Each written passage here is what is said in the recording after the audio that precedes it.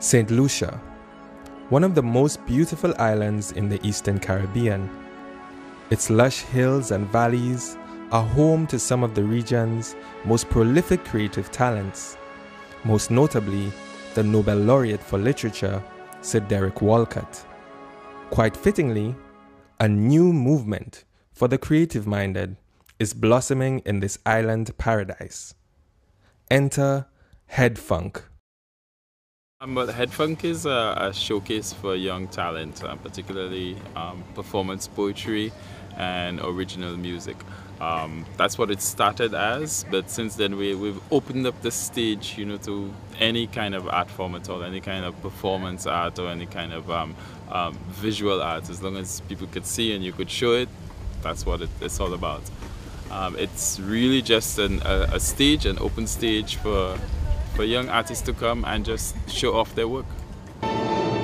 See, music presents impeccable intimacy, an emotional language like Viens mon amour. Nous allons danser toute la nuit et faire de la musique douce et belle ensemble. Really and truly, HeadPhunk started one Sunday at a lunch. 5 friends were sitting down having lunch. Actually, one person said, "You guys want to start a revolution?" And that's how it started. And we started to, talk about it and came up with a name there right away. A HeadPhunk, very interesting. The name itself, it's about getting into your head and just messing with your head. So we started downtown. We were able to speak to the owner of a small cafe downtown, that's Champs Cafe in downtown Castries.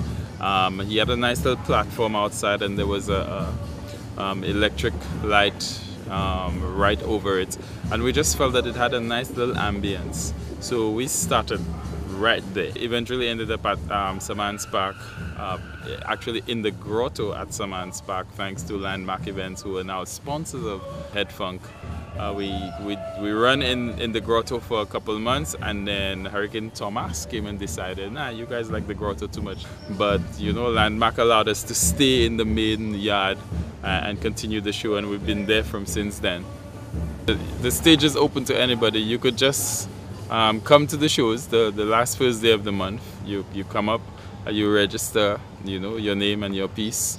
And then you go on stage and perform. And what happens is that when people perform, eventually people become a part of a family. This day is young, the future gold, like the open sky.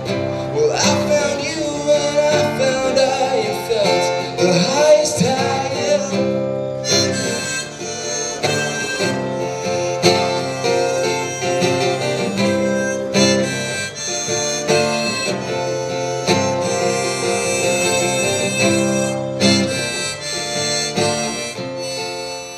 I feel it in the cool dusk coming, in the small ultimatum of light switches. I feel it in the sound of the Atlantic entering the house alone, in the colorful silence of its precious stones. Thank you. My inspiration. I write about things that happen to me and things that I think that other people can relate to. Diary of a hungry Lucian woman.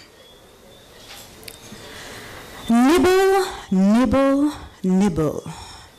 Enjoying temptation in moderate slices. Oh, how I want you.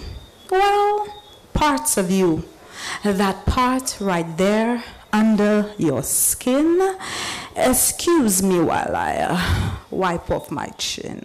It's not just a group of people that's HeadPhunk, it's a movement. So even if you would see sometimes the same faces, but there's another time you just see a whole morphing of different faces just coming to the event. You have song, you have dance, you have art, you have photography. It's a whole mix of the art.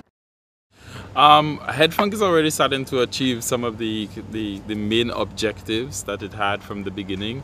That was to showcase an art form that was dying, and then to showcase those young artists, to to create a stage for people who didn't otherwise didn't have that stage to perform, for people to see them. They didn't know where to go, where to start, that kind of thing.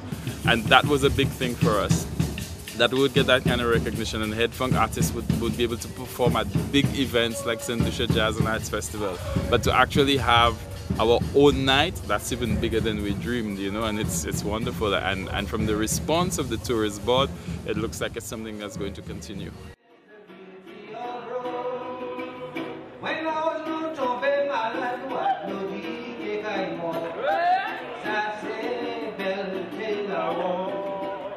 Mais la détif, nous là, je vis nous à